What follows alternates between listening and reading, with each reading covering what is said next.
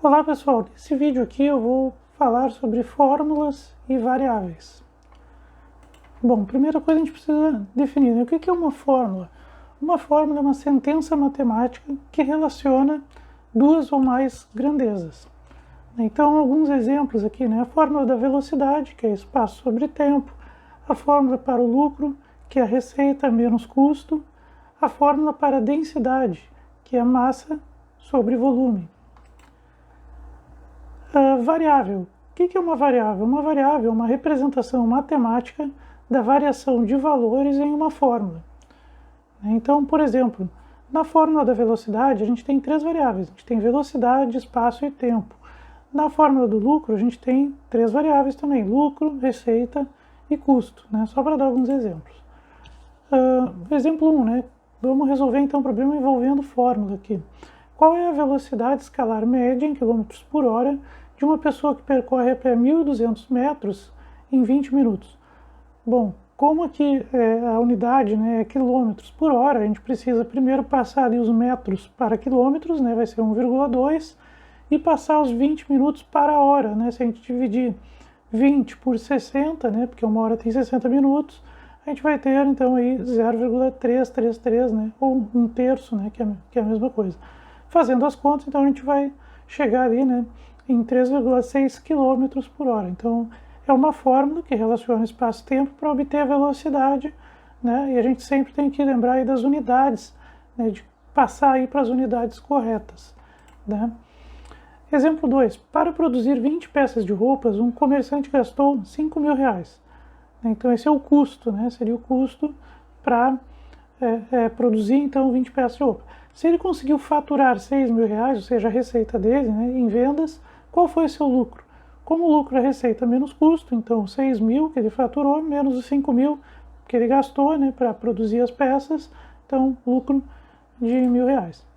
No exemplo 3, qual a densidade de um material que apresenta um volume de 200 ml, né, mililitros, e massa de 896 gramas?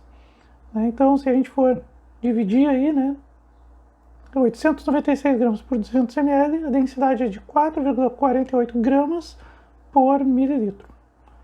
Então, só alguns exemplos de aplicações de fórmulas aqui, né, e vou aqui focar num exemplo especial aí envolvendo conjuntos, né, número de elementos de conjuntos. Então, o que seria isso, né, número de elementos? É simplesmente a gente dizer, né, saber quantos elementos tem um conjunto. Por exemplo, se a gente tem conjunto A, esse conjunto A aqui com esses elementos, visualmente, se a gente colocar isso num diagrama de Venn, a gente já vai perceber que são 4 elementos. Como que a gente indica isso? A gente bota um N, entre parênteses o nome do conjunto, né, e isso quer dizer que o número de elementos do conjunto A é igual a 4. Então é assim que a gente representa o número de elementos de um conjunto, né? Aqui um exemplo, o número de elementos de um conjunto B, número de elementos de um conjunto F aqui, que tem 12, né? Então, são 12 elementos. E a gente tem um problema que é o seguinte, né? Como que a gente pode calcular o número de elementos da união de dois conjuntos? A princípio, a gente poderia pensar assim, né, intuitivamente. Bom, como a união é juntar tudo em um conjunto só, né?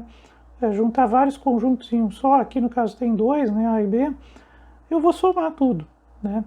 O problema é o seguinte, o problema é quando esses conjuntos têm intersecção, porque nesse caso, se a gente somar tudo, a gente vai estar contando duas vezes aqueles elementos que estão na intersecção.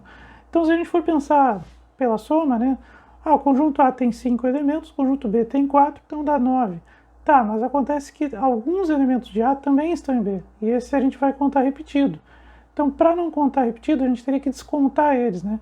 Até porque se a gente descrever, né, o conjunto união, A união B, entre chaves, a gente vai ver que na verdade tem 7 elementos. Bom, então se a gente for pensar numa fórmula geral para isso, né, então a gente vai fazer o seguinte, a gente vai somar os elementos dos dois conjuntos, mas vai retirar uma vez, né, aqueles elementos, o número de elementos que está na intersecção deles, justamente para a gente não contar eles duas vezes. Então a fórmula vai ficar assim, o número de elementos da união, A e B, né, A com B, né, vai ser igual a número de elementos de A mais número de elementos de B, menos o número de elementos da intersecção desses dois conjuntos. né? Então, por exemplo, vamos supor que a gente tem esses conjuntos aqui, A e B, né? O número de elementos de A é 5, o número de elementos de B é 4, da intersecção são 2, né? 2 elementos aí que pertencem ao mesmo tempo aos dois conjuntos, né? Então, né, usando a fórmula, a gente vai chegar no 7. É o mesmo exemplo, na verdade, então a gente vai chegar no 7. Se, né, fosse diferente aqui, o número de elementos de A fosse 4, de B fosse 6 e eles tivessem 1, né? Então ia mudar os números, mas ia ser o mesmo método aqui que a gente pode ver, né? E isso é especialmente útil quando a gente às vezes não consegue colocar no diagrama de Venn, né? Quando não é tão visual assim. Mas a gente tem informação, né? Olha, né, eu sei que A tem 45, eu sei que B tem 41 e eu sei que em comum eles têm 10. Quantos tem na união? Eu não preciso nem fazer o diagrama de Venn, nem ficar pensando, né, em contar os elementos um por um, né? A gente pode usar a fórmula. Então, o número de A mais o número de B menos o número de elementos da intersecção. Como a gente pode ver nesse exemplo aqui, que tem bem mais elementos, né? 45, 41, 10 na intersecção. Bom, com isso, né, a gente consegue resolver alguns problemas mais práticos. Por exemplo, realizando uma enquete em sala de aula, um professor descobriu que 28 alunos gostam de rock, 37 de samba e 11 gostam dos dois tipos de música. Seria a intersecção aqui, né? Sabendo que 10 alunos não gostam de nenhum desses estilos musicais, o número de alunos na turma é...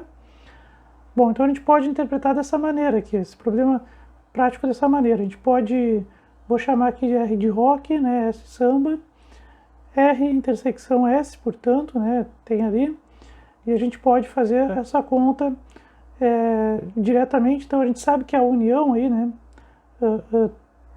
então a gente sabe, desculpem, a gente precisa saber a união, né, a gente precisa saber, e ainda a gente tem que observar aqui que tem 10 alunos que não gostam de nenhum dos estilos, ou seja, eles não estão nem em R, nem em S, nem em R intersecção S. Então, no final, a gente vai ter que somar eles, né? Mas, no primeiro momento, a gente vai saber a união, ou seja, todos aqueles que disseram que gostam de pelo menos um dos estilos musicais ali. Então, o N de R é 28, né?